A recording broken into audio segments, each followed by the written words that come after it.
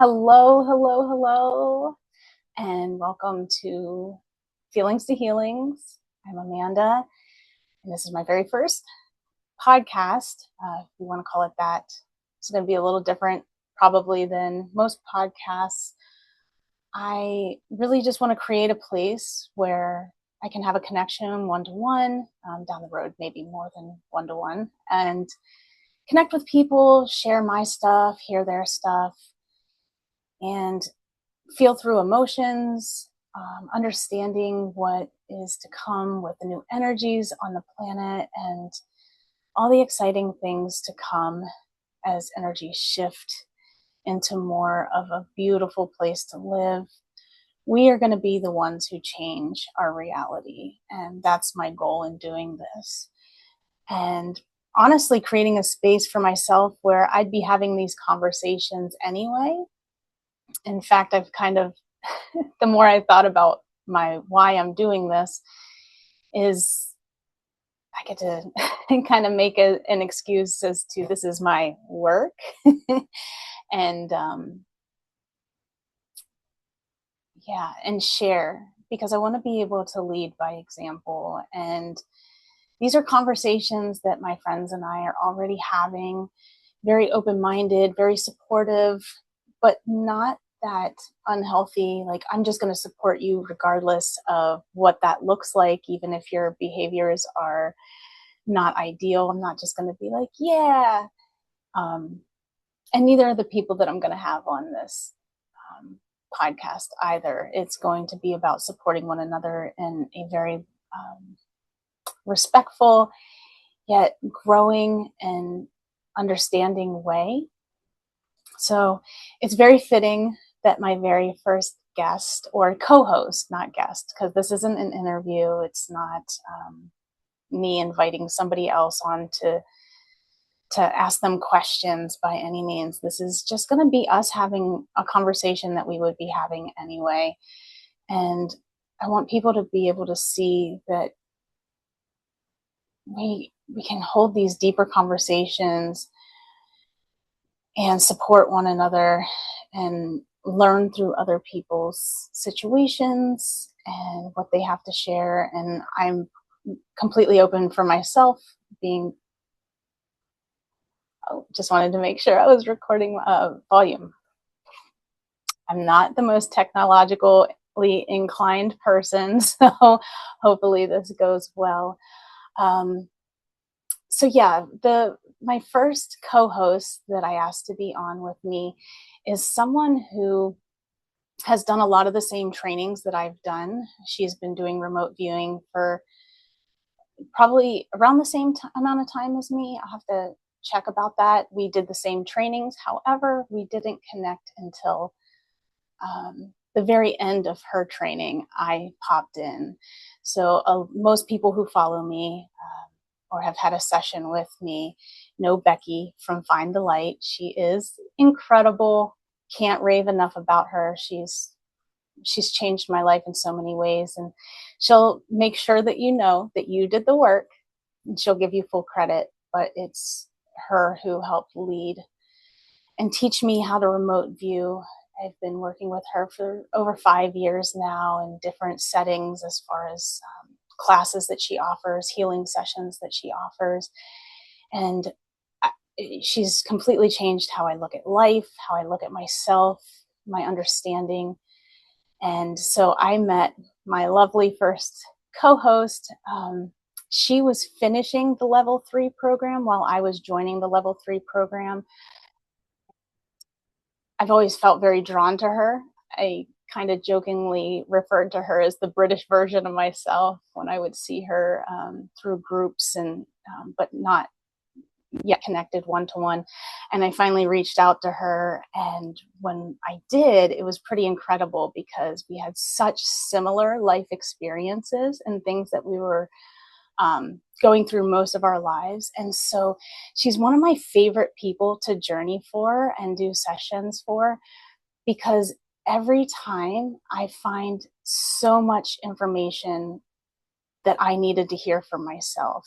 It never fails. I know if she needs a session, I need a session. So it's really, really exciting. So I'm going to go ahead and bring her in. This is my great friend, Tamsin.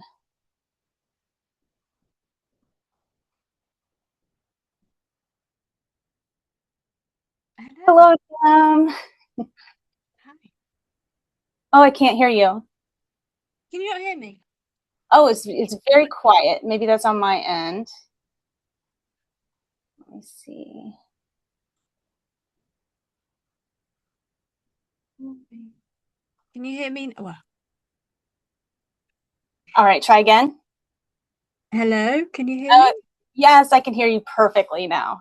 Oh, Yes. excellent, excellent. Yeah. Technical difficulties.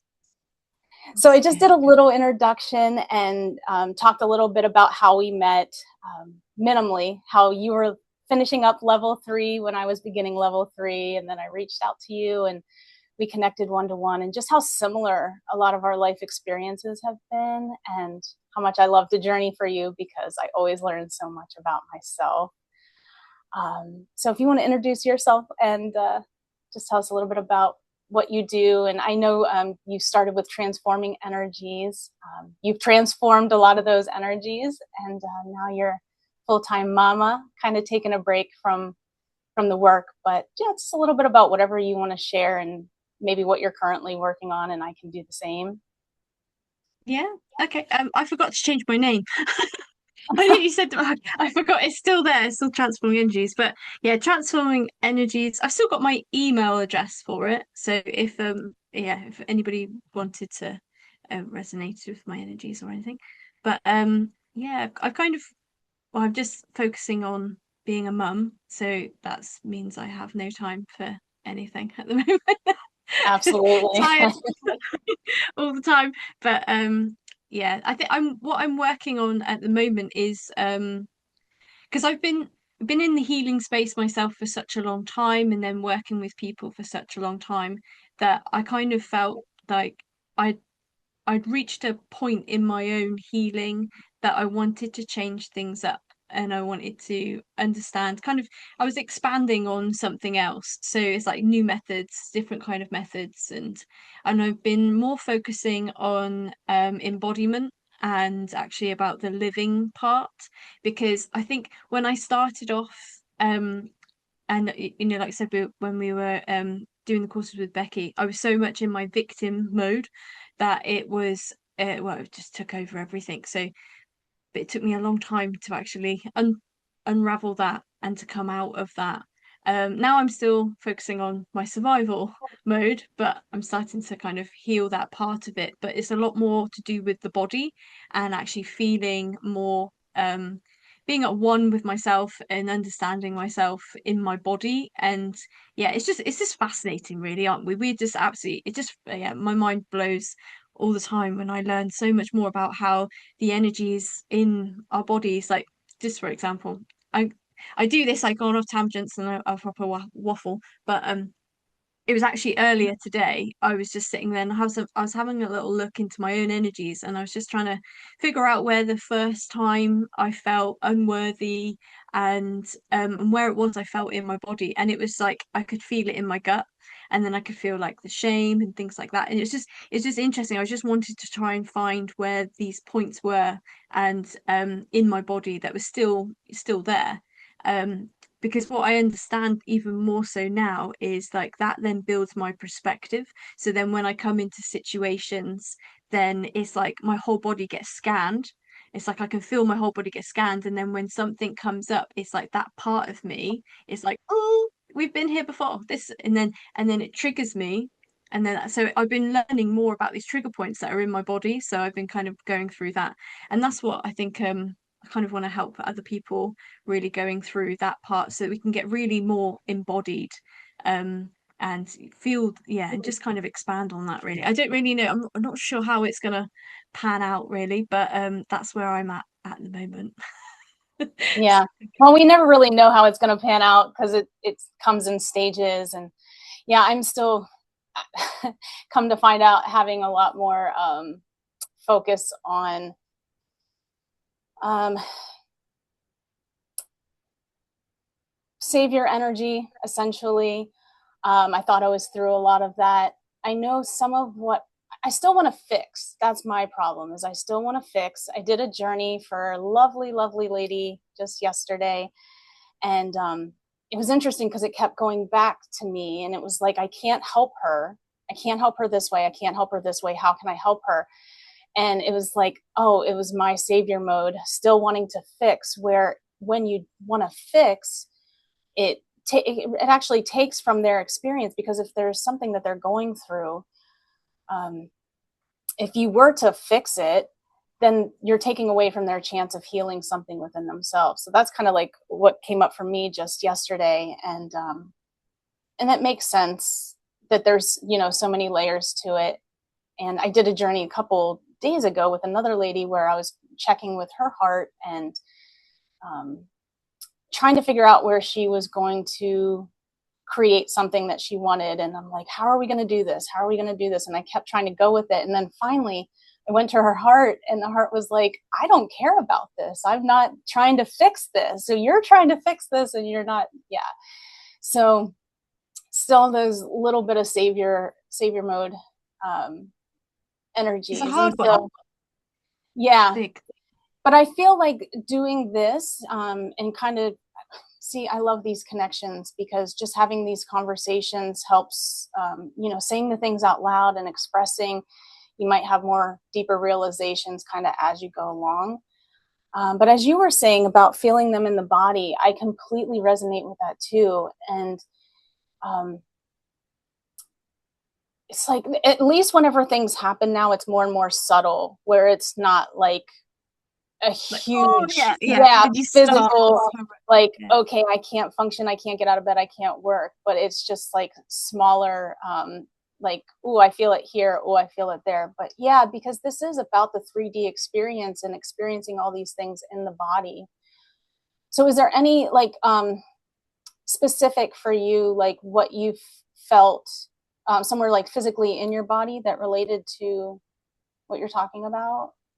Yeah, well, today I kept feeling it in different parts, but the big thing that I was working on a couple of months ago, and it linked into what you when you had a look at me, because I lost my mind a little bit, and it was all around that, like the shame, and it was like really deep in it. The weirdest thing is because I was protecting myself from actually seeing it, and it was, so it's causing like a real low point, a real like self-pity. It was like I was going around these cycles, but sometimes even when you've been doing this for such a long time and you've been looking at yourself, you can't see it. Sometimes you need to get a different perspective, and like it's like I knew there was something going on and I couldn't, but it was all, and it was physically around my gut, and it was keeping me with a certain weight, and it was like weighing me down, like physically. And when I started to really unravel that and it come through, I lost a stone within like a week. A stone, like that's, and I thought these things couldn't happen. I thought that's just no way. Like, but it physically, it was like it was removed. It just completely just, you know, yeah.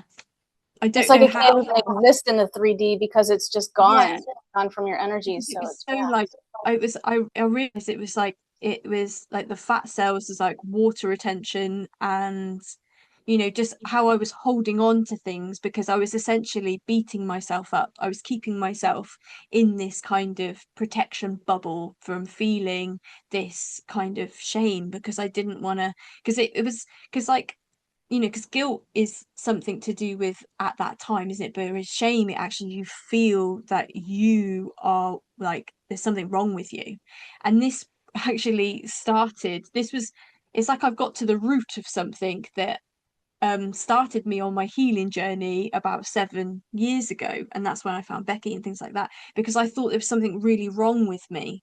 So then I was complete, like when you were saying about the fixing thing, and I was stuck in this, like I needed to fix everything. I thought there was something really wrong with me, and I was like, you start going into these, and and then I started helping other people, because it's like I could see what was wrong with me, so I could see what was the patterns in other people. And it was like, because it was always a reflection of me, and I'm like digging, digging, digging, digging, and all of that. But it ended up, it was like, come to the end of it, it's like this big.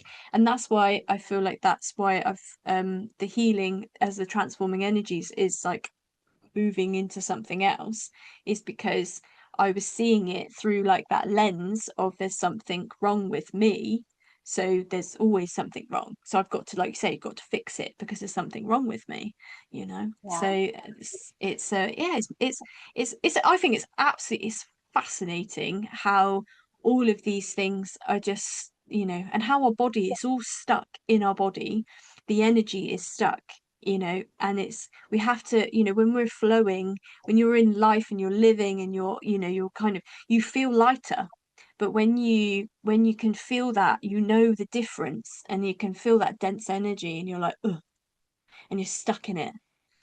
And it's like, when you're healing, and and other people that are doing this work, that when you start really looking at yourself, it all kind of comes to the surface, and then you kind of feel like, like I thought I've done all of this, or I feel like it's, I'm going for, it feels like it's because you're lifting it up. It's like you're becoming more aware of it, and you're shining your energy onto it. So it's like it's everywhere, because it's all in your, it basically goes into your perspective, and that's why you can see it everywhere in your reality.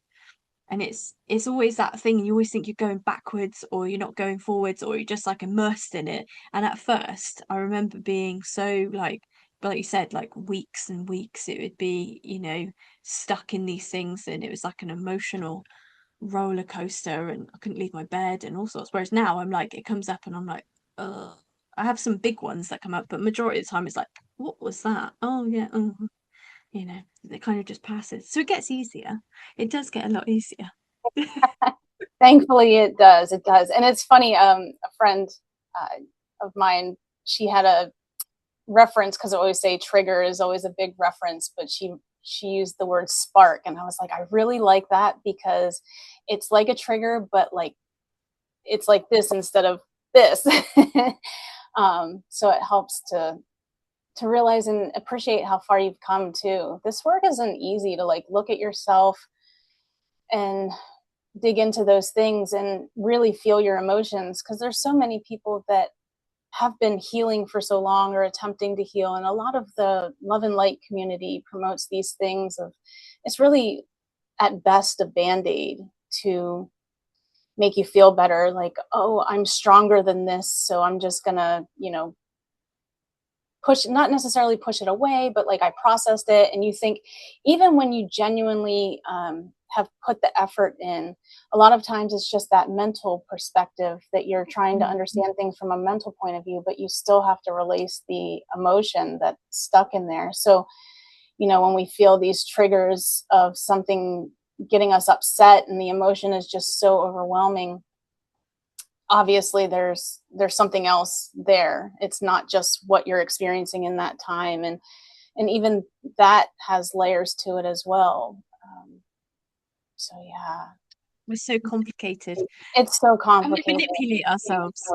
Oh, I manipulate myself so much. Same, yeah, absolutely. And I know this is something else we both resonate with, is the control of being in Oh, control of situations, that survival mode. And it runs so deep, because on the superficial layer, it's very obvious, where you're like, okay, I'm going to have a schedule, and we're going to do this, this, and this. And it's like, okay, that's obviously you're trying to be in control. But at the deepest layers, it can look very different, and just organized, or um, you think that you've letting go of a control, but you're still, it's still there, especially with the kids, like especially with, we both have our little ones, and you think that you've let go of control, but when it comes to especially their well-being, that's when it can really pop up and be like, oh, am I trying too hard to control the situation? I know with my little one, Um, I haven't allowed her to, be watched by anyone except for my mother-in-law, and that's it. She's 19 months and she has only been with, no, that's not true.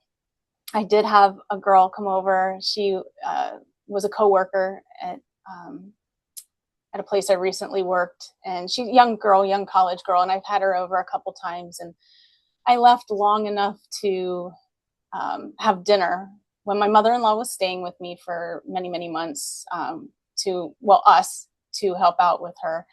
And right before she went back home, we took her out to dinner the night before she left. And so we had this young girl come over, and it was the first time we left her for like 2 hours. And it was so overwhelming for me. We went out to like this little diner that was 8 minutes away. And I was like, that's about as much as I can handle. And I had a glass of wine. So that was, I think, my savior, because I was just like, okay, I kind of needed this to help out for first time jitters. And then I was supposed to have her watch her a second time, and then I canceled because I was just Why like, did you cancel? I canceled because, well, it worked out this way that my husband was able to, I just wanted to have the coverage. I didn't know what his schedule was going to look like. So I just wanted to make sure I had somebody to watch her, because I was going to have dinner with friends, some other people from the Find the Light community, which was a beautiful, beautiful time. But it was planned in advance. And so I didn't know what his schedule was going to be. So he did end up having the day off. So it worked out that way. Yeah, I don't think I wouldn't have canceled on her if he wasn't able to. I would have still made that effort to go visit with that group of people because it was so well worth it. But I wouldn't have been as able to enjoy myself as much as I did. So I'm glad it did work out that way.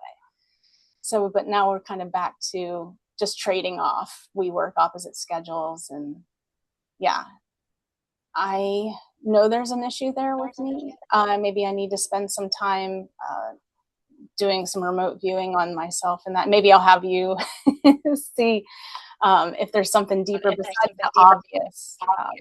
Ooh, Mike's acting funny.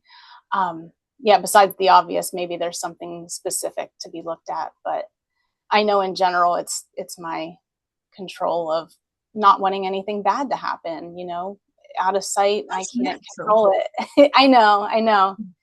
So it's one of the things where That's it's more reasonable than some of my other yeah. control perspectives. And I don't think that's ever going to change. You can't heal that. That's where I Yeah, think the acceptance, isn't it, really? exactly. Because you can't, you can't, you can do the best you can do and you protect them as best as you can. But, my little one's crawling now, and I'm like, trying not to, I have to kind of stop, regulate my nervous system because he's like going off and everything like that, and he's fine, Yeah, But I'm like, ooh, ooh, ooh," but I have to stop because I don't want him to be fearful of like, exploring because he's exploring. He's mobile and he is fast, and that's what he likes to do. He'd only just started to do the crawling, and now he's like gone. He's like trying to stand up, and he's like up trying to crawl up the stairs. So it's like it's gone from 1 to 100 so quickly.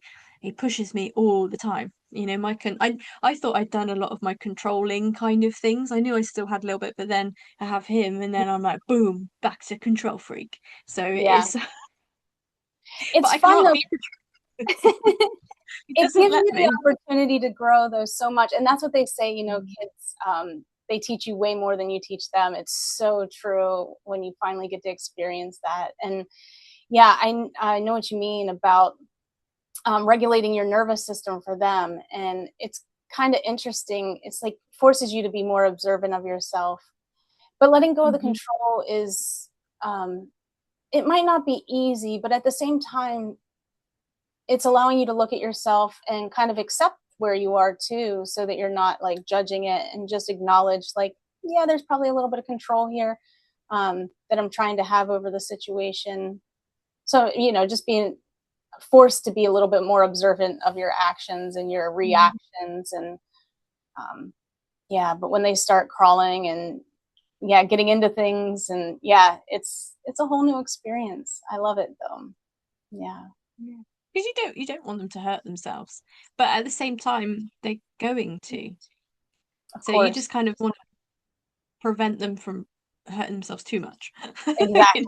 It's Exactly. like they have to learn a little bit, so it's that has balance. But then there's also, I think that there's the collective energies of being a mother as well. Like I didn't um truly understand that mum guilt until having a child, and then it's like it hits you, and that's not, it's like it's not mine, if that makes sense. It's like it's a Absolutely. collective thing. It's such a strong, and there's so much strong pressure as well on mums, and that's got to make sure this and this and this, and you hear all these things, and it's just there's so much that is like put on you all the time, and it's it's like the judgment and everything, like you have to, so it's like a new like level of like these energies that it's just in our collective energy, and I'm like working through each of them as I go through, because it's like I know that that's within me, but I know that it's actually doesn't need to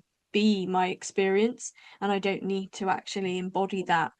So I'm just letting it come through me, because it's like generational things, these things that, and but it's like I notice it. Like I go to baby groups, and I can see it all around it with the other mums and things like that. And yeah, it's interesting how the dynamics work. And I just I'm fascinated, and I don't sit there and read everyone's energies like I used to.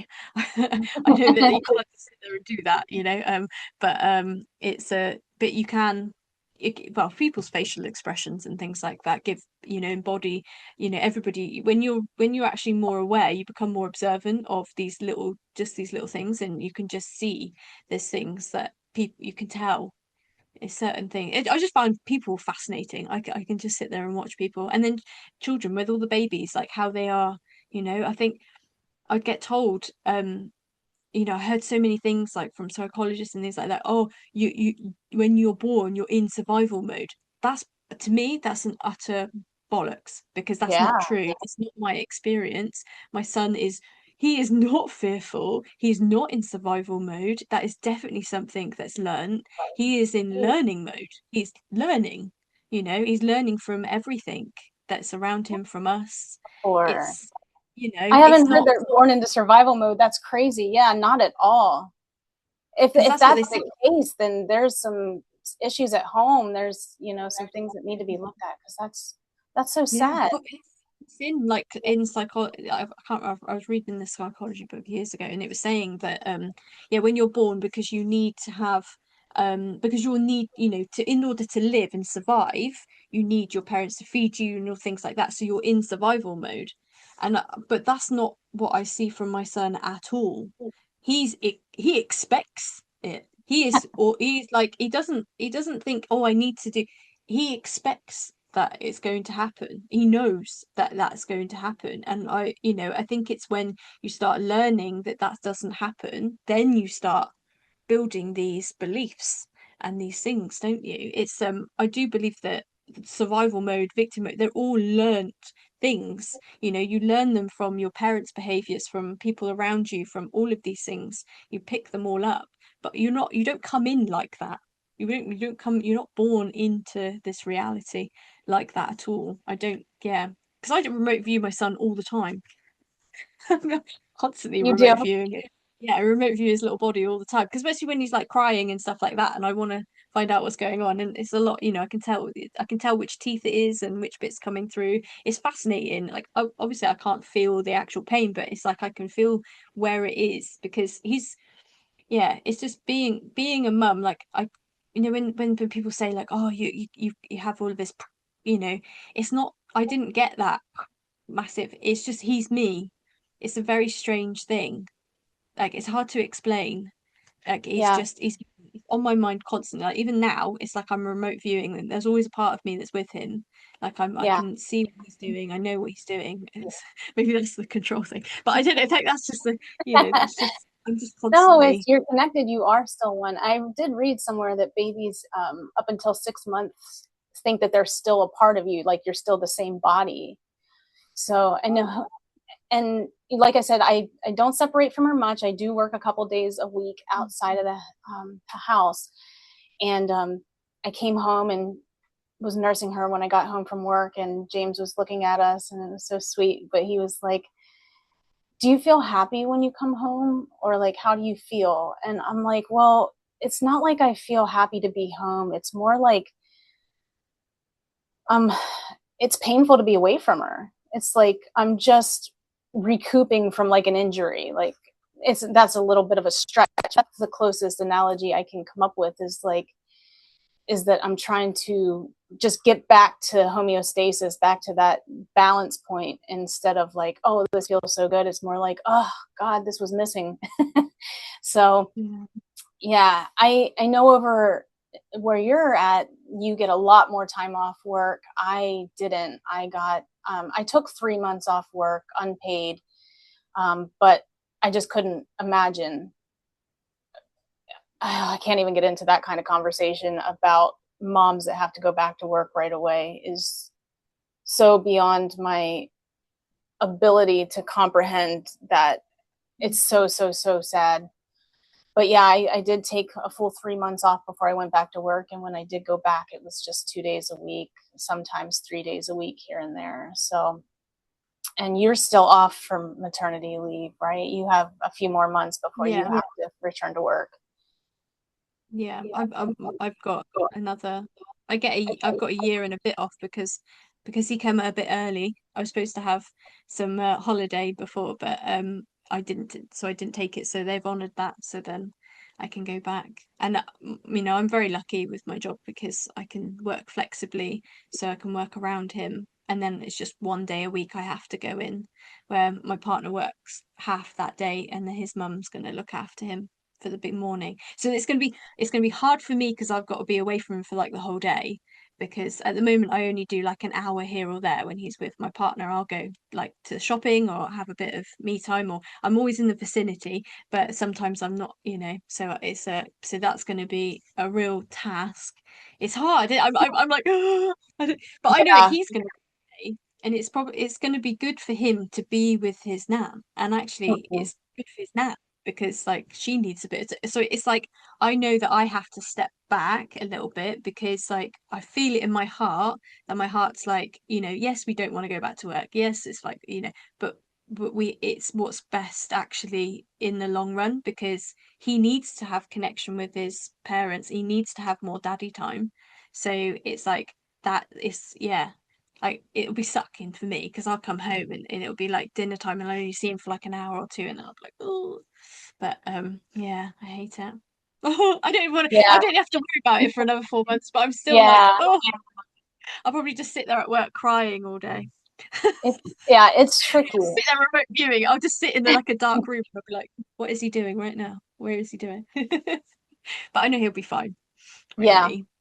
It is true though. It is good for them too, especially at a certain point, to have that one to Mhm. one with other family members, especially daddy. And yeah, so that's a good aspect as well. I was very lucky, my job's very hands on and very individualized, where I'm 100% focused. So it's like my mind can wander here and there, but if I was doing something kind of lighthearted and had more of free time to think, I probably would have been a little harder. So, but after a little while, I appreciate so much my mother-in-law just dropping her life, and I'm unbelievably grateful for how much she's contributed and helped, because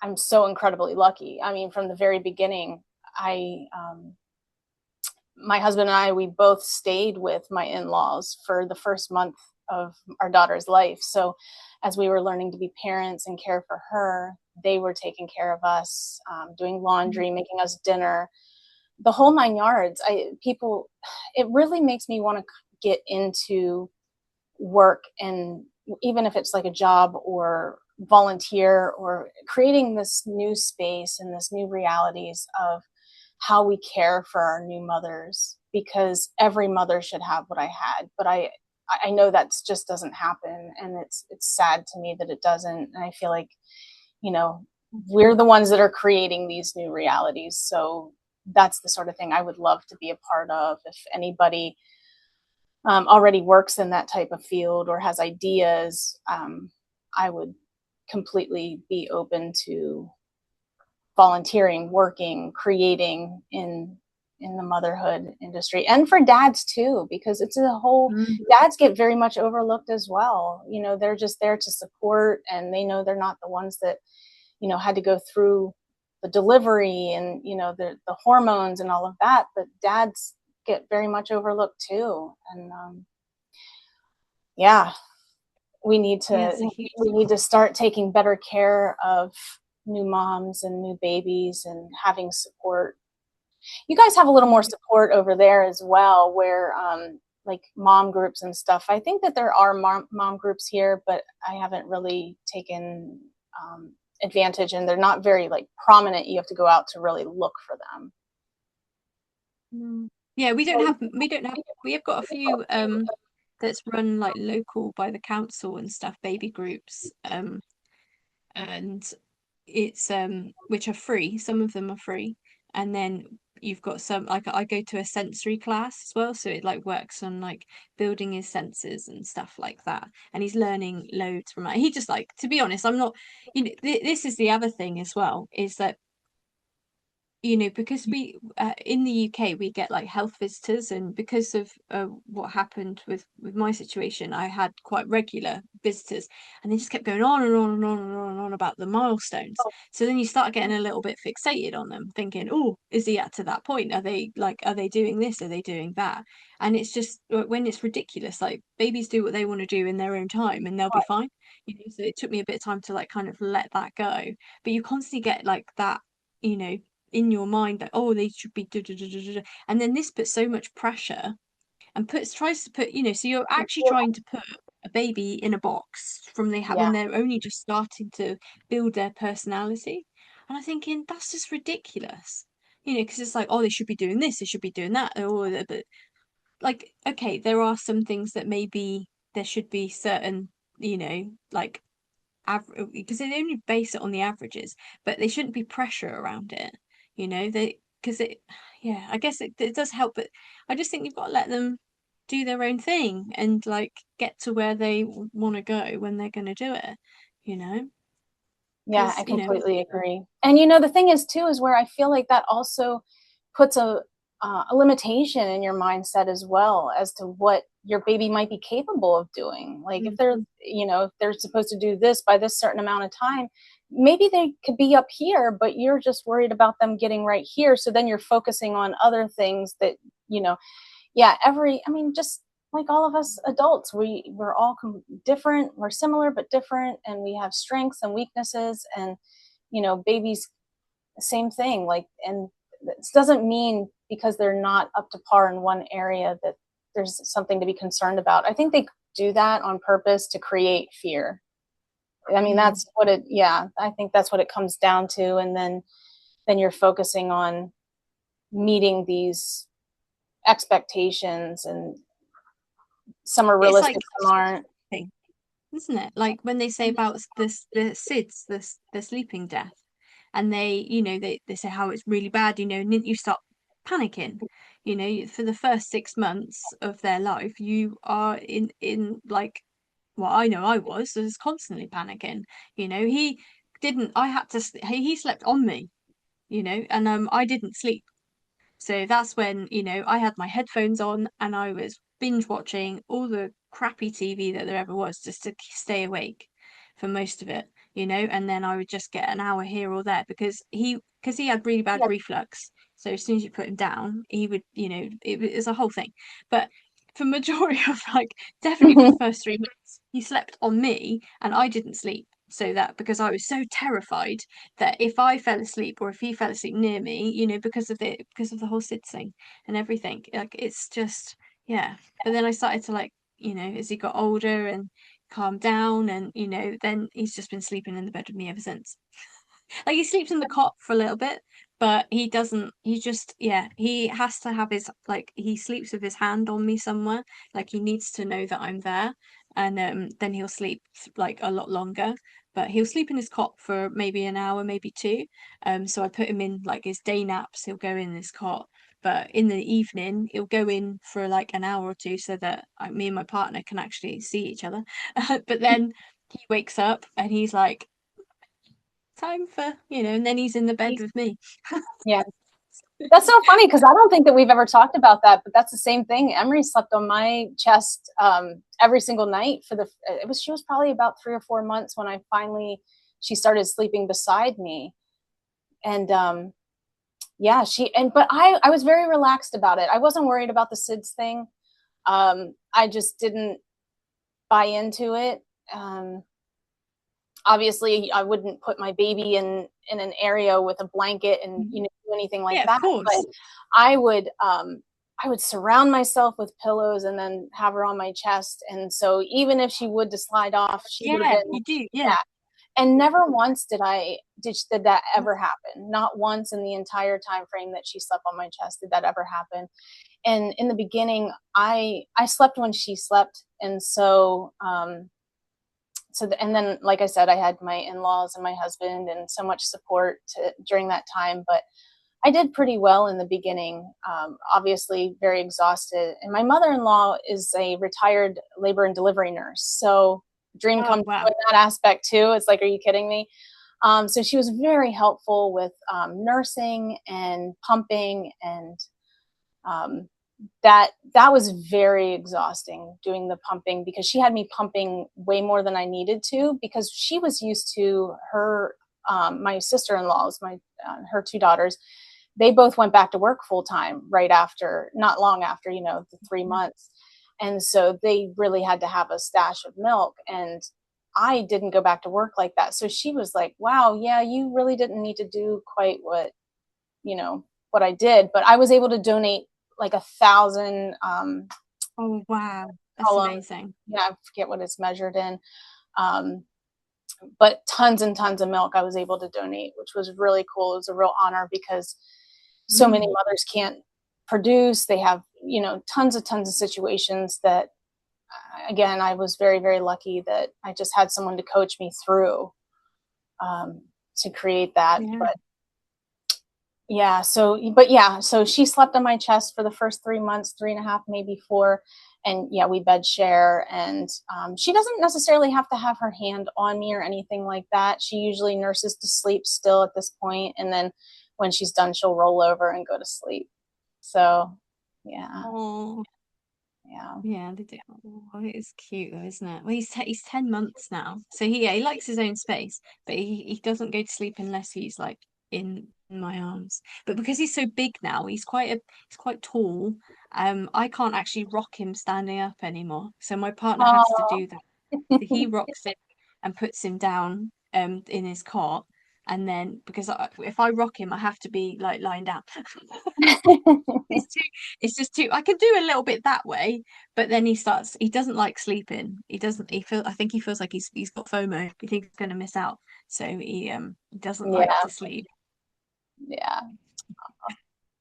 They're so Funny, funny. fun. I'll share too. I remember when I journeyed for you and looked at when your son was going to be coming in, because you knew your son was coming. You just couldn't wait for him to come in, and you wanted it so bad. You wanted to be a mom, and you're such a beautiful mom now. So it was just incredible. But I remember journeying for you and trying to see, when is he coming? When is he coming in? And I really felt that he wanted to come into these safer, newer energies where he didn't want to really experience a lot of the old world. And even though he came a little early, he got to come into the energies, but I see it more as when he's old enough to, 5, 6, 7, 8, when he's really in those programming years of there being these new energies, and we're creating them, and this is how I want to contribute, is like just sharing these conversations, because like I said in the beginning, um, these are conversations I'd be having anyway, and I just want to give a space where I'm leading by example, so people can hear these conversations and make this a normal conversation to talk about, remote viewing, because anybody can do it. It just takes a lot of practice and confidence within yourself, creating these beautiful energies with our children that we're bringing in, creating a reality where they're not seeing the stuff that's propagated on TV. I know both of us have really not been a part of that reality for a long time. And doing this work, um, you learn so much about yourself, and in the contrast that you don't get sucked into rabbit holes as much anymore, and what's happening in the darker reality, so to speak. Um, but yeah, and having these little ones, they bring so much joy and so much hope for that this reality that we're creating. It makes it easier, I feel like, in my part, because I know I never wanted to have kids. I didn't think, that goes back to my personal traumas in my life, and um, how I've talked about how similar our childhoods were, where it brought you to a place where you wanted to have kids, where for me it was the opposite, where I knew from the age of like 10 years old that I didn't want to have kids. And it was before I even understood where kids came from. That's definitely an indicator that it's a trauma response and not a logical thing. Um, but it got to the point where it was like, okay, if we're going to do this, it's now or never. And I always said, if I'm going to regret something, it's going to be something I did instead, not something I didn't do. And oh, wow. And working with Becky, I'll bring that up again too. She saw this for me, when 6 years ago when we first started working together. And I was just like, there's no way, there's no way. But through the healing of my inner child, um, having my daughter has actually been, not that I'm healed and now this is the result of healing. She's part of the process. That's one of the misconceptions I'd like to talk about too, is how like people think that when you reach a certain point, you're just healed and everything is good, and No, never that's it. ends. It doesn't end, and that's part of the excitement. It's, you grow and you learn how to handle situations and handle the stuff that, process the things that from the past. Moving forward, you learn how to prevent those new triggers from forming, because you can handle a situation better. You can stay within your own heart to respond to things, and then you encounter different experiences. But now I'm kind of rambling. But it's, yeah. No, it'd be pretty boring if we I think that's a very mind thing when you're stuck in the mind, because this reality makes you stuck in the mind. And I always see it as we've forgotten who we really are, and we've disconnected from our hearts and from our body. And because we've been so stuck in the mind is very limited from how it sees things. And it always wants an end. It always, like, instead of actually life is the journey, it's the ups and the downs, it's everything, it's all of it, and that's, you know but this is where, like, I knew you when I was really going through it, because I was trying to have a baby for such a long time, and I went through so much grieving and healing. And at that point I was like, I'd done so much healing, why is it? But it was because it was, I didn't trust. And until I actually relaxed and really just let go and started trusting, then it's like he literally just turned up. And I felt it. I knew it happened and everything. It was like I knew. I felt it. I knew I was pregnant. With it before I had the thingamajiggy, whatever it is, because I was so connected with my body. I've been following my body for like years, and even the doctors were all like, no, no, no, this is when you got pregnant, and they, completely disregarded everything, because when they see my scan, they went, oh, from this size, and I was like, no, no, he's just a big baby. That's it. He was born on this day. And I fought with them for so long because they didn't believe me. They wouldn't believe me. And I was like, I kept saying to them that if he was born on that day that you're saying, because they kept thinking that he was, then I am Mary, because that was an immaculate conception. Like, I was saying to them, like, I can give you dates, I can give you everything, I can tell you when I ovulated. They're like, oh, how do you know when you ovulate? I'm like, I know my body. I've been looking at these things. But yeah, but what I found, like, with this work was, like, well, understanding remote viewing, I would remote view my son and my daughter, but it was always my son that came first. So I knew he was coming, um, and talking to him, and that was torture. I was like torturing myself, because it was like I could feel his energy, but it was like he wasn't here yet. And this was going on years. And that's when I kept having like people like yourself, like, when is he coming? Because I started to lose, you start to lose grip on things. And I never wanted to force the process. So that's why I never went down any other routes. I always wanted it to, and I knew it was going to happen, but there was that whole having to trust and then accept where I was at and going through grieving. Grieving, so much grieving I had to do. And then he decided to come really quickly and a bit too early. But and then that was a whole other thing. But that again, I had to go through a whole thing of, I went through a massive ego death with all of that because I had to in order to make room for the next part. But at that time, you just like, I had nothing left in me when I was hospitalized, infection, everything. And you always think I did everything right. I've done all this healing work. But it needed to be that way in order for all of these other things that I didn't understand at that time. And this is where the whole trust in life and allowing it to just unfold and, being okay with the stuff that happens and knowing that it is actually for the best for you, and that especially when it comes to like children, things like that, it's actually to do with them as well. So it's to do with his energies and what he needed to experience and what I needed to experience, and also what my partner needed to experience. It's not there's a whole lot of other things, and that's where I think sometimes when you have been doing the healing work for such a long time and you kind of then get I don't know much about the love and light community, but I know that it's sometimes they can think like, oh, I've done that all now, so it's all going to be all fine and dandy and everything's all positive and I'm just going to go la la la la la la la la la, and like that's not actually life. That's not how it works. But then it's you're not doing Yeah. anything wrong. You haven't done anything wrong. It's like it's that, as you kind of go through these motions and things.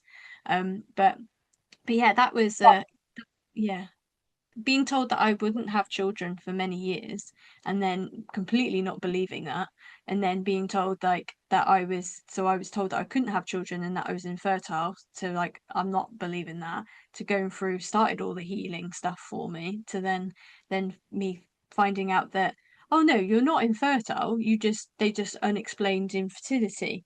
And then I was just like, bugger that, I'm not listening to that either. And then all of a sudden, then I get when I get pregnant and they scan my uterus and say, what, your uterus is like a 25-year-old, and I was like, 10 years older than that.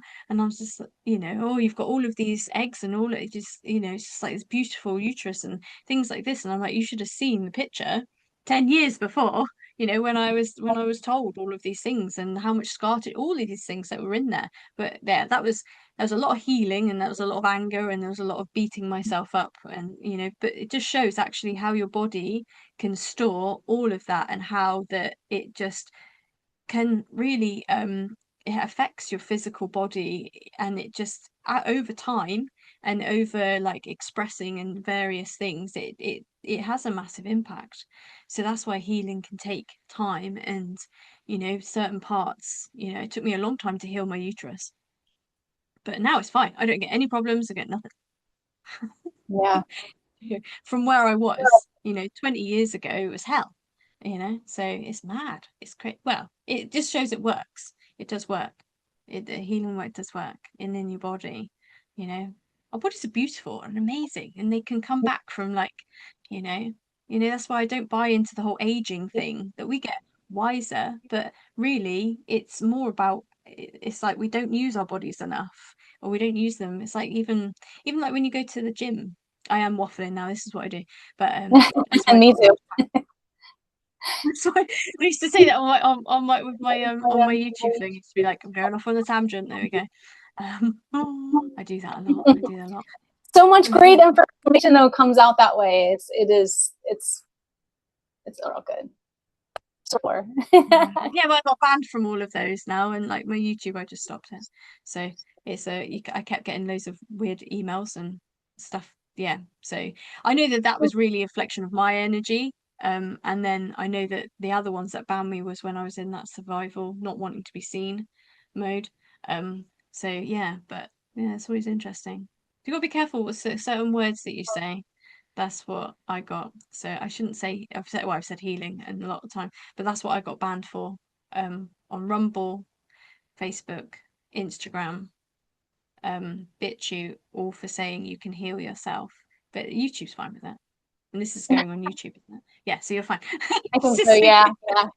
This is all like, this is so different for me. I'm really going out of my comfort zone with this. I started off doing just some videos on YouTube and to promote myself and try and extend my viewers and create, you know, a place to express myself and talk about, you know, what I do and my services, and doing my remote viewing healing sessions. And so I'm not really great with technology, so we'll see how far if I can put it into other areas. I also am not interested in doing like a lot of the social media, like I don't even know, Telegram, or not Telegram. I have Telegram.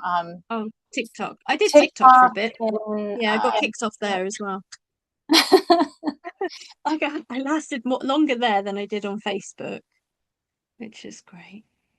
It's so funny. funny. It makes me laugh though, because it's because like I didn't exactly have a lot of following and things like that, and like, but I still get booted. Yeah, they're trying It's to like, get you out of the way sooner than later before you yeah. get a following. Yeah. Well, I Yeah, think it's we'll because I see. was in my heart space, trying to be in more in my heart space, and like, so I always, before the videos, I'd always make sure that I was in my heart space, so that, I never was scripted. I never knew what I was even going to say. I'd have like a little post-it note of like a topic of a title, and then I never would say anything like that either. And I would just go off on one and do my tangents and say all sorts of things, and just, yeah, and then but just follow my heart and just allow to whatever come out and stuff. So yeah, it just didn't like that, I think. Well, and that's what I Oh did well. today. I have like a little thing hanging up here of talking points that I sent you, of things kind of like fallback stuff, really, or just general stuff, because in case I get nervous and lose my train of thought, I'm just like, okay, but I haven't even really looked at it. We covered a lot of the stuff that was just very general. And yeah, when the heart's flowing, the conversation goes. And that was my whole goal. The only reason I have that list was because I thought I'd get too nervous and lose my spot or my train of thought. And yeah, so. Oh, But yeah, that's we'll fine. see where this goes. If it goes probably on YouTube, that's just, I think, the easiest. Yeah, Yeah, YouTube's good for things like that. I think there's nothing bad with it, all of these things, because we've got to use what we have. This is what part of the acceptance, isn't it?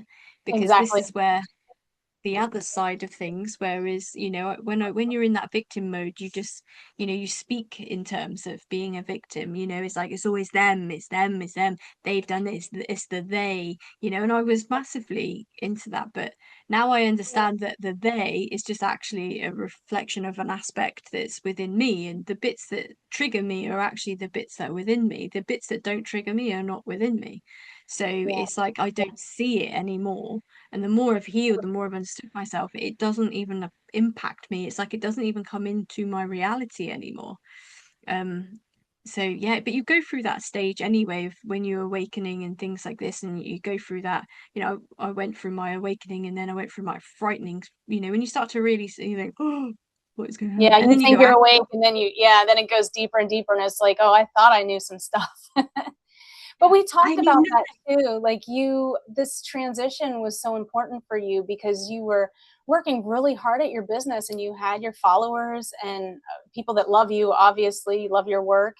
And then we had that chat, and it was like the next day you're like, okay, I'm closing everything down. And it was like, whoa, because it was what your heart wanted at that time. And I know you want to be a full-time mama, and it took a lot of work to do the videos and be on top of everything, because if you want to keep people following you, you really have to put so much effort into it. And that's what I'm kind of hesitant about. Like, if somebody wants a session with me, great, but I don't know if I see myself being so over the top with videos and stuff like that. But I love this kind of Yeah. setting.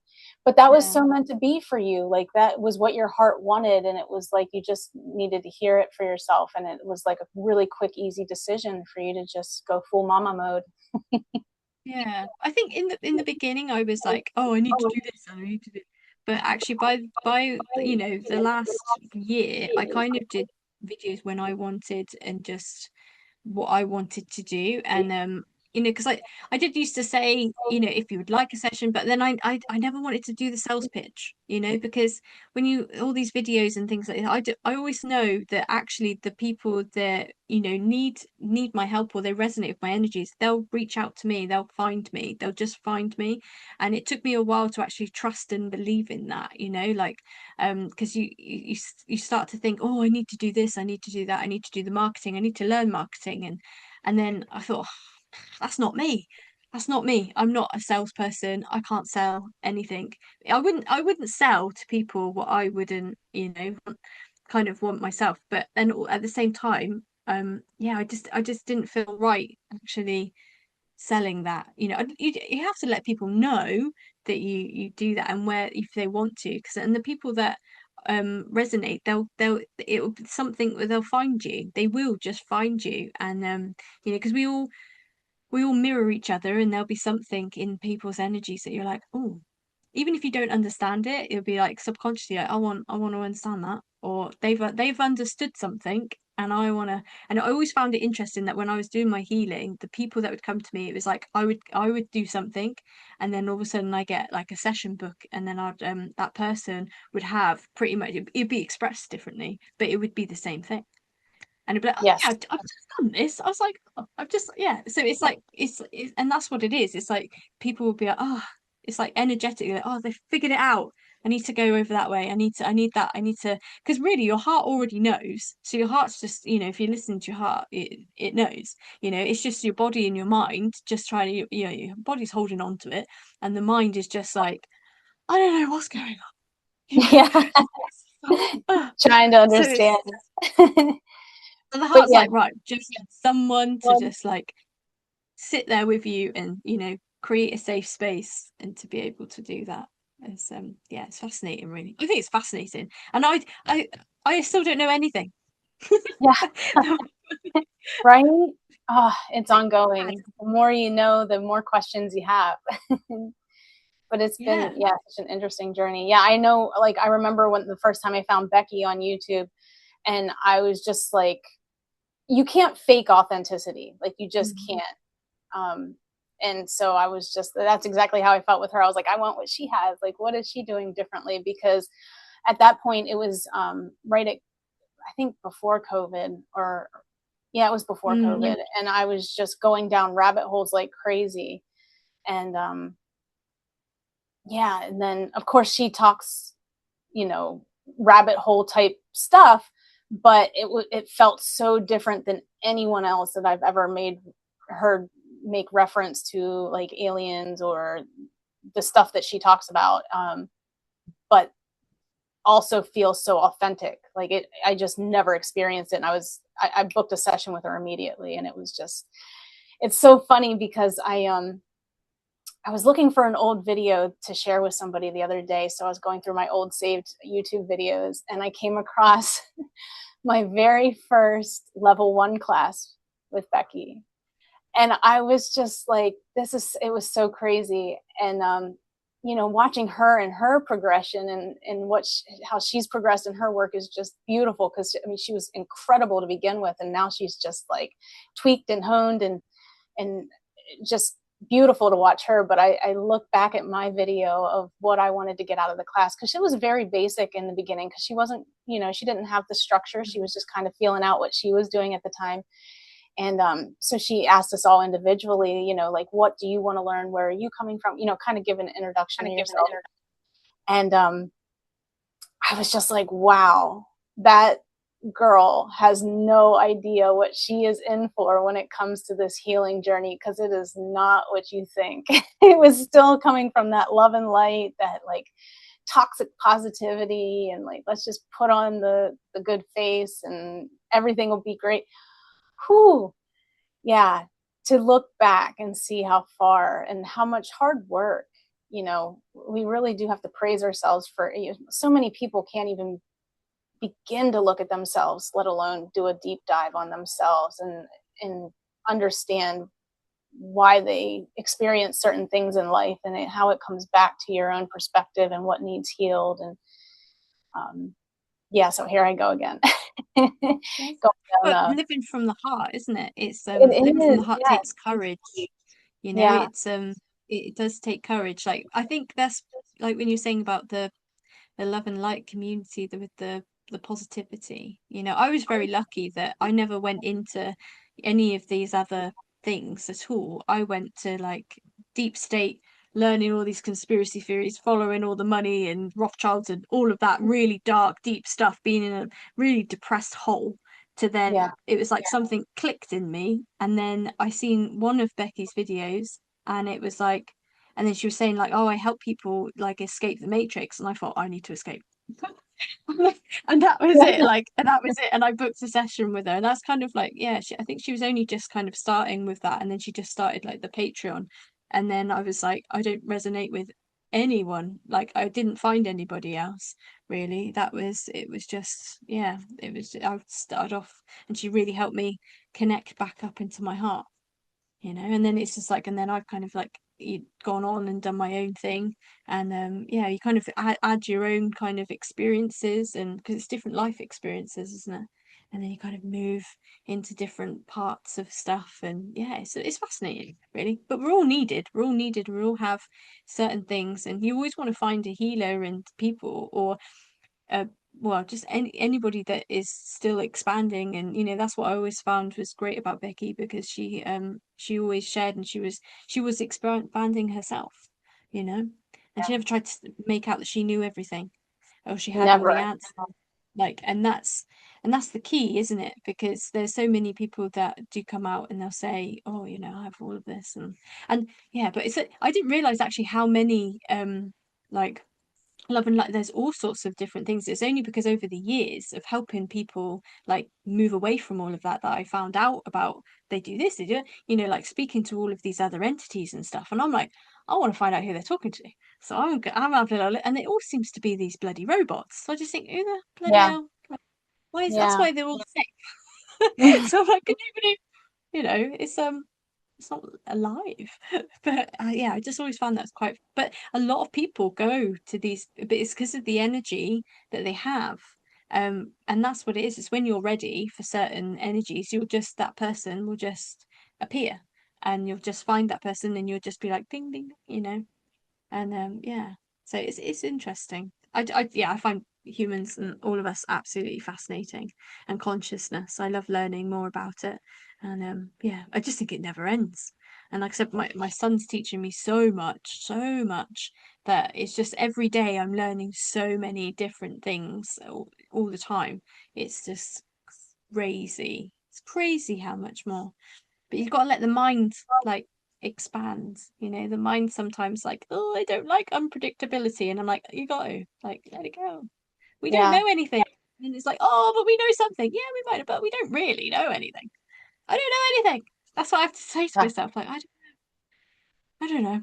Because Just it figure it leaves you out. open to, again, like when you think you know everything, it just is so restrictive. It keeps you Mm. from surpassing those boundaries that you've created, that you're like, I know this is this and this is this. And it's just so limiting. Yeah, you're only Mm. limiting yourself by Then you believing miss it. it. Yeah. Mm, Then you miss out on life. You miss yeah, out, because then you're so one track, you know, because this, I always see it, it's like you get really like stuck, and then you don't get to see, whereas the heart shows you, oh yeah, by the way, there's so much more around here. And like, you know, that's why I always found it fascinating, that when you start to really connect with your heart, and you start to really see things a lot more, and then you're like, and then the heart's like, oh, but there's still so much more, and you're like, what? Doesn't stop, doesn't stop, just keeps going. But we've all got amnesia. I think that's what it yeah, is. We've just forgotten who we are, or you know, and then we don't know, and then we just put labels on it, because, and that's a mind thing again, and that's the ego absolutely. needing to put a label. Like when you did that journey for me, and saying that you needed to put a label on it so you can control it. That's not actually allowing yourself to live, and yeah, you're still trying to control everything by putting a label on it, you know. Yeah. So it's Yeah, but then that's where it comes to words. There's all sorts of things. It's so Yeah. complicated, and we'd be talking for hours. Yeah. Well, and yeah, just the words and can be so restrictive as well, because when you start to do this, the remote viewing, this journeying and learning more about our reality, there's no words to put to these things. And the more you try to, the more you limit the experience. And sometimes it's just about having the experience and not needing to label it, like you said.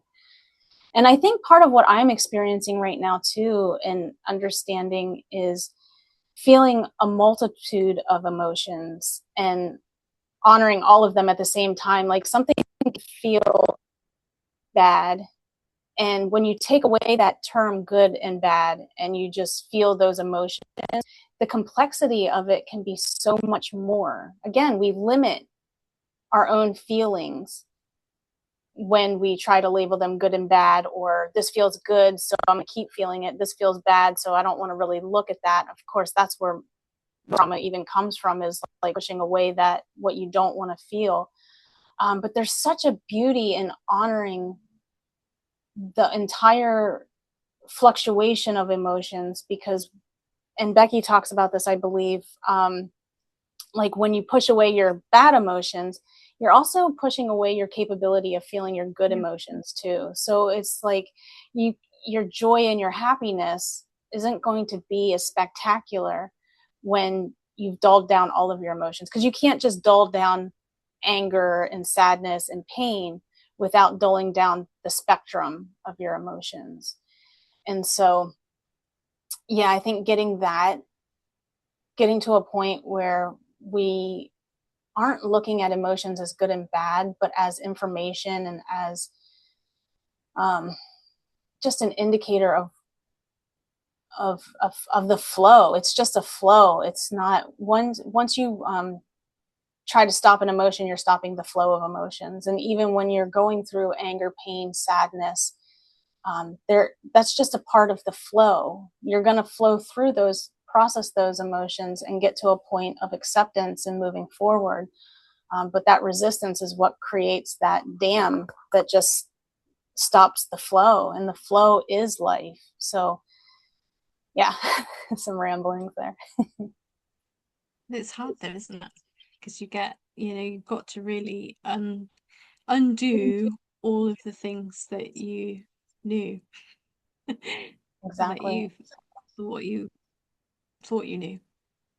And that takes time. So there's a lot of mental mindset work, but also emotional side of things. And they've even proven that the body is a whole book on it. The body takes score, where trauma is stored, and it will put you back into the actual emotion. Your body doesn't know the difference from when you've first experienced it to then when where you've just like redone it, like kind of going into it and it's been triggered, it puts you back into the same motion.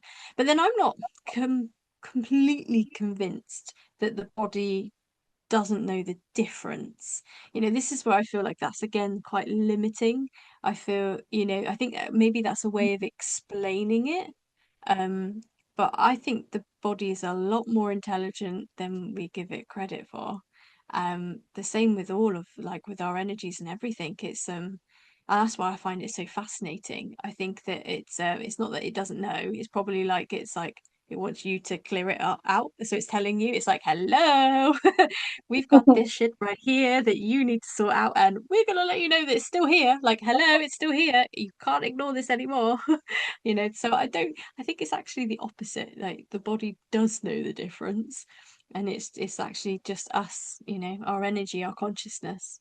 But yeah, it's just I find it fascinating, how we ground ourselves into our body and become more embodied um in our energies and things. And it's like the well, I don't want to get morbid, but when I've seen somebody die, and when you watch that person die, you can see their consciousness removing, coming back, and they become themselves. And when the consciousness goes, their body, it's like their face changes, their whole body changes, and you can see that process. It was,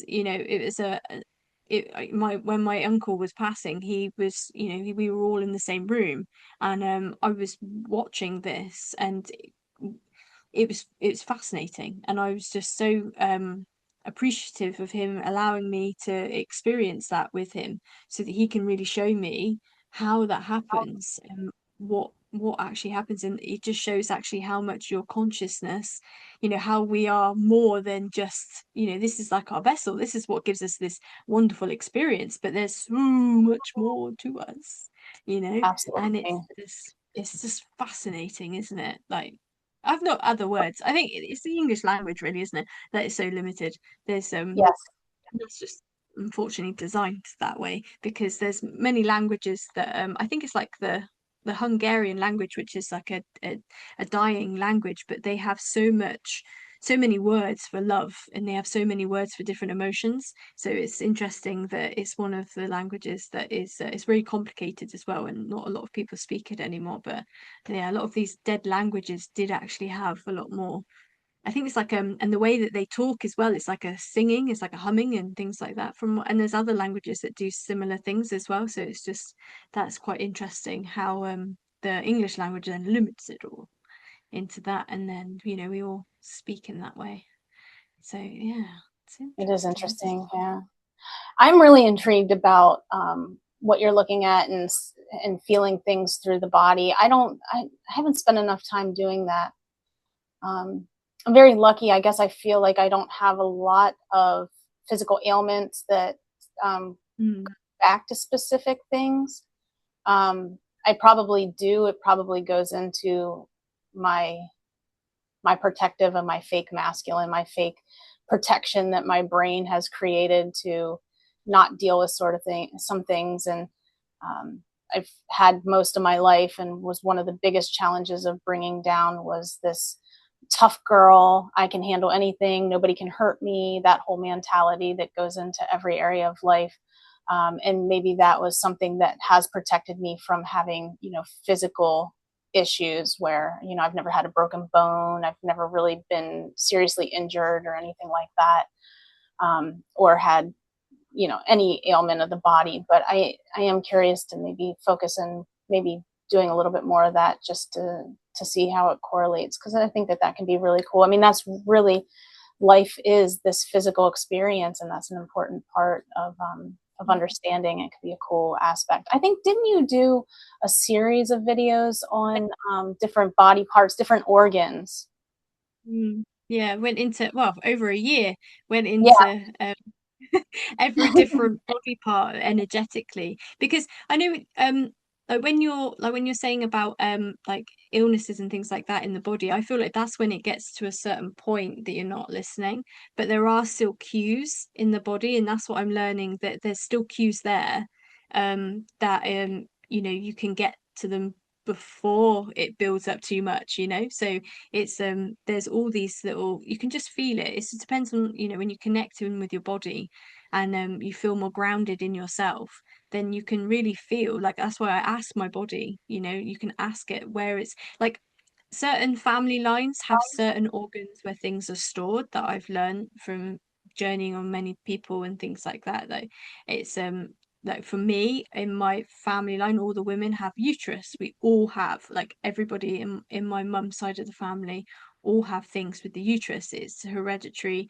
obviously, but it's all to do with anger towards ourselves. So we all create these things, and it all expresses in different ways to do with that. And it's just like learning about the different bits. But it was only because that I had such bad pain and things like that, I was actually learning about it. Whereas now I don't actually have any pain in my body, but I'm still learning about, there's still energy, there's still things that are stored in various places. I had like an experience that I had that's stored in one of my muscles in my arm. Like, it hasn't caused me any problems, but it's there. And it was just interesting how I was just like so drawn to this part of my muscle where the energy has been stored. And it's, I've just been working it through, and it took me back to a time where I was really little and I'm running about, and it's not, I didn't actually fall over or anything. It was actually to just do with an experience that happened, that just gave me a belief that then decided to store. in my muscle in my arm. So it's just strange how these things, so I've just been figuring out things that you just basically a whole load of beliefs and experience and stuff, and they're all just, but it's like where it's basically just where you're supposed to be flowing. So your energy is supposed to be flowing in and out and things like that. But when you have like a traumatic experience or just anything that dislodges you or just makes you go against yourself or anything like that, then it just stops the flow, and then that is then stored somewhere. So yeah. So I'm just working out all of these things, and I'm just going through them. Basically, that's what I do in my spare time. Is see when my son's asleep, I sit there and I just go through my body and find out what's going on in different parts, and just talk to my inner child and bring her forward, let her speak. Because I think that's what a lot of people call shadow work, isn't it? But I don't really class my inner child as a shadow. She's a part of me. It's not, Yeah. it's so I don't know. Maybe shadow work's different, but that's how I see it. It's all elements of me or my past lives or like things that I've taken on, my nervous system, my hormones, all those things, you get these things from our parents. And yeah, you just have to kind of figure through. You can't stop it. That's where I think that's where knowing all of these things, then I get a bit paranoid with my son because I'm like, I don't want to pass on this, I don't want to pass on. But he's got his own experiences that he wants to take on. So I have to let it go a little bit, but being aware of how I respond to my triggers and things that happen with me so that I'm not, projecting onto him. That's the key. But the things that he's got, like the loss of connection, I did a huge video on this because I was really thinking that, oh, you could be really healed and you don't have to have anything, and I was panicking about it. But we always have that loss of connection. It's one of the rootest? That's not even a word, is it? I make up words as I go along.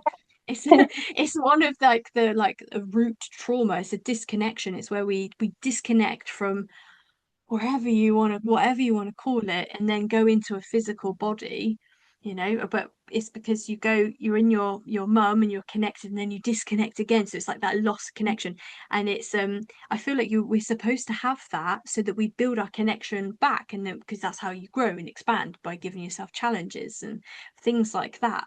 But that's where it's been really manipulated, and then it's like the loss of connection is then gone mad. And then we've like not just lost ourselves a little bit, we've like lost ourselves completely because our parents lost themselves. So then Yeah. we're looking like, well, they lost themselves, so we must lost ourselves, and then you try and fit into the system, and then it's just like completely Then lost yeah, ourselves. it's a shit show from there. That's It's interesting what you this. said though about the shadow work, because I don't. I've heard the term many times. I'm assuming that is the same kind of thing, but it's interesting because it's just another play for looking at outside of yourself, your shadows outside of you, and it's not. It's all your stuff. Yeah, they Yeah. get even the things that are like your stuff. They found a way to make it sound like it's outside of you. So Oh, interesting. I never Yeah. met. See, clever Amanda. See, that's why you Mhm. need to different. Yeah, of course, your shadow is outside of you. That's why I never really resonated with it, and I never really because I always thought I don't really like. Is you trying to say like the darkness of yourself? And Because that I'm like, too, yeah, because that feels off too. That feels like it's something that you want to resist, something that you don't want to "Hmm, look at. That the aspect of you looking at it blew my that way. mind then. So I'm like, oh, that is so true. There's play on words, isn't it? Trying to keep you Always, external, the shadow. always. It's not, it's inner child. It's your inner child or inner teenager, you know. Sometimes I'm like, I've got an inner child that is like having a tantrum, and then I've got an angry teenager that I have to go through it. And sometimes I've got a bit of an adult version of me Yes, that's also yes. needs to like calm down. That's So so funny, it's yeah, like, because you don't hear that term either, the angry teenager, but that is absolutely, yeah, an adult. Yeah. I've had some adult tantrums as well that has to be looked at. Obviously, usually that's what we would refer to as like a trigger. But when you're not aware of these things, you're creating those new patterns, and yeah, angry teenager, angry adult, all all you, all inside, all things for you to look at for yourself. And yeah, I don't like that term shadow. I've heard it, many times, and I've just kind of disregarded it. Just has never resonated. And I could be wrong. It might not be like your inner child. It might be something slightly different. I don't know. So I never looked too I close. It don't know. just I didn't don't know. feel right. So I've never looked too Yeah. close as what that looks like. No, I've just heard a few people say it to me, like, "Oh yeah, I've done the shadow work and stuff," and I thought, Yeah. "What's that?" Yeah. But now I'm thinking, "Oh yeah, actually, yeah, didn't even twig that. Oh yeah, your shadow is outside of you, so it's more projection of self, isn't it? Projecting outside. We do project a lot, don't we? That's the thing is when you're around people that project, and you have to really like, ugh, put your energy, especially when you start to remote view a lot more and things like that. When I started doing it, I was a bit intrusive. I'd go into like work and meetings, and I'd be reading everyone's energy, but that's because I was didn't feel safe in my energies, and I was hyper vigilant and needed to make sure I was safe. So I would check everyone's energies, and I would do that instinctively all the time. It was just I was actively aware I was doing it, so I was getting more information, and you see into really deep parts of people's, if then it was like, oh, the more I healed, the more that stopped. So now I don't get that. But unless somebody wants me to look into their energies, then all of a sudden it's like, even if they say before they've said it, my energies are already, I already know someone's wanting something or needing me, because my heart's already there, and then I start getting information from somebody about someone, and then all of a sudden I'll get a message for it, and I'm like, oh, okay, so it's you.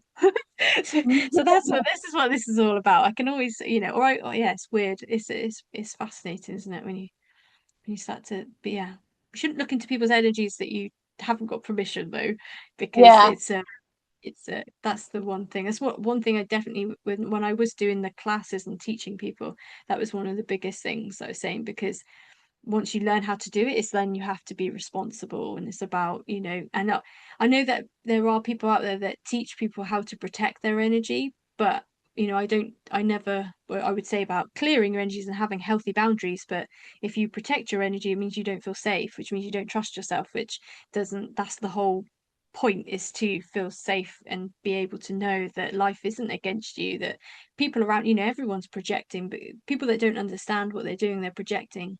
And you'll know when someone's projecting, because then you'll get random, when you know your thoughts and you know how you feel, and then you get these random things that just pop into your head or something, or you just start to feel something, and you think, hang on, I have to check with myself, that's not me. And then it's like, who is it? Somebody here, because we all project, don't we? Well, I'm trying not to, but you do, once you learn about this stuff. And my mum's a massive projector. She projects all the time. And I'm like, oh, she's the biggest trigger for me, but also my biggest teacher. Yeah.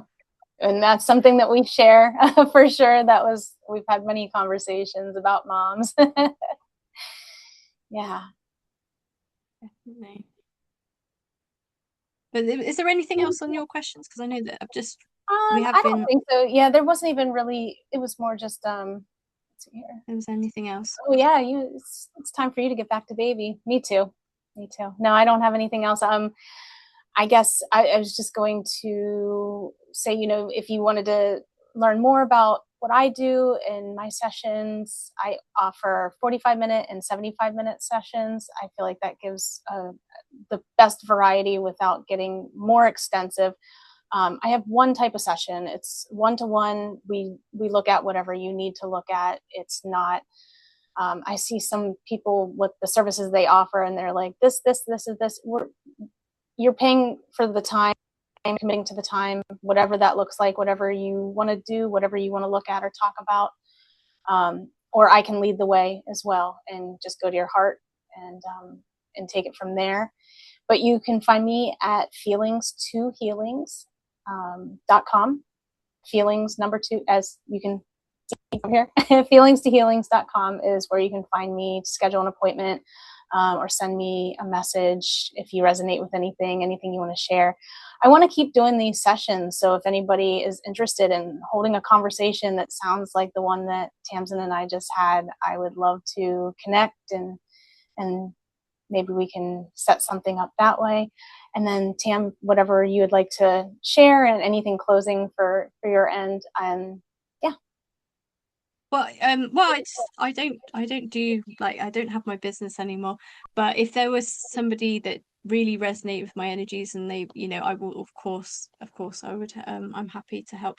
So, everyone can email me because I would still you can't just turn these things off, can you really? And Right. we're all here for reasons and things like this. So I just, yeah, if somebody does need my assistance, then yeah, I'm happy to help. But yeah, I will be developing something else as I go through, which is more about the embodiment. And yeah, but I've got to do it first. So that's that's how it works, really. I feel like I need to really understand it first and see how that would actually be, because it's something completely new and something that's well, I think it's new. I don't know. It's new to me, but it's just, yeah, I don't know how it'll actually. I'm just letting my heart kind of unfold these things and to figure things out, because I just feel like it's you do a lot of the emotional and the mind work, which is so important, but then we need to remember that we're human beings and we're here to live and to be. And when you've lived in so much mind chaos or emotional turmoil, you kind of forget actually how to be. So being at peace with yourself and accepting yourself and loving yourself is, it's a really hard thing. And yeah, that's what I'm learning. So that's where that'll be the next bit, I think, for me. I don't know. I think I'll just be calling it Tam because yeah, I don't know. I don't think transforming energies is the right fit for it anymore, because my energies have massively transformed since I started that. So I can't really call it that the same thing. So might be And that's what just I was me. thinking about last night, because I was like transforming energies, because I was playing things out in my head, and I was like, you know what? How transformed energies, because like you have done so much work and come so far. That's kind of like made me giggle. But yeah, Tam, Yeah, you get just Tam. me, just Tam. Well, Beautiful, thank you for beautiful. having me on. And yeah, Yeah. I haven't done a video and spoke to anyone for a long time, so it's really good to chat. And yeah, and Amanda is amazing, absolutely amazing energy healer, and I've gone to her. I don't let a lot of people look into my energies because for obvious reasons. It's like, oh, otherwise, I'd have too many people giving me all sorts of things. Because yeah, people can mean lovely things, but they can also project things as well. And I can't be bothered to do all of that anymore. So, but anyway, rambling. But yeah, Amanda is fantastic, and she's got a very good perspective on a lot of things, and she has a very kind way of sharing these things with you, even when you've got to hear it. And yeah, it's sometimes you don't want to hear it. I didn't want to hear it. Even A though I lot of know I'm times at you don't heart. want to hear it. I know I You're like, don't well, you're in self-pity. Oh, damn it. Damn it. Not again. Not again. Yeah, it happens to the best of us. All right, thank you so much for doing this with me, Tam. Thank And I you. just love what an excuse to do something fun. And like I said, I love having these connections anyway. These are the conversations we do. It's been a long time since we've had a chat, but this could have just well been a conversation that wasn't recorded. But I know I did forget we were recorded for a little bit. And then I thought, oh yeah. I know we started getting in the flow there. It kind of like went into the back of my mind as well. So yeah. All right. Well, thank you so much, and hopefully we'll do this again. And yeah, thank you, Yeah. thank you. All Well, right. good luck with all of the others and enjoy. All right. But All right. bye. Bye. Bye.